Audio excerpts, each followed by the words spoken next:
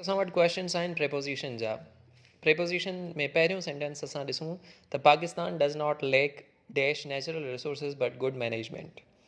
Lake हिकिड़ो अहिड़ो verb आहे जेको का बि प्रेपोज़िशन न खणंदो आहे, इन जे करे इन जो ऑप्शन थी वेंदो डी, none of them. Pakistan does not lack natural resources but good management.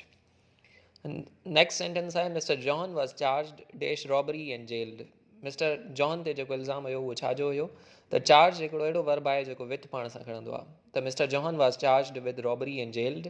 Option number थी वेंदो ए। Aspirants of job are confident dash succeed the exams. Succeed हिकिड़ो अहिड़ो वर्ब आहे जेको टू खणंदो आहे पाण सां गॾु, इन जे करे इन जो ऑप्शन थी वेंदो सी, two. Aspirants are confident to succeed the exams. He is angry dash and indifferent to me. Angry हिकिड़ो अहिड़ो माना आहे वर्ड जेको पाण सां गॾु जेकॾहिं कंहिं शख़्स ते असां नाराज़ हुजूं त एंग्री विथ इस्तेमालु थींदो आहे, ऐं जेकॾहिं कंहिं शइ ते नाराज़ हुजूं त एंग्री एट इस्तेमालु थींदो आहे।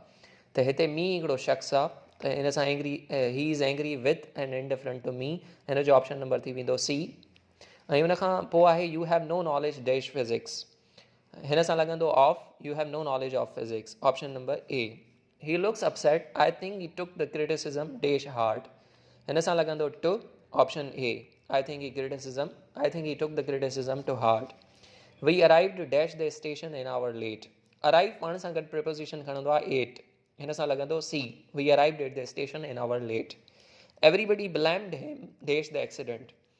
ब्लेम पाण सां गॾु खणंदो आहे फॉर, ए फॉर ही everybody blamed him for the accident. He was in prison for dash 3 years।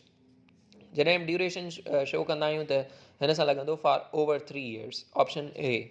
The company has been dash fire from investors because of its poor performance this year.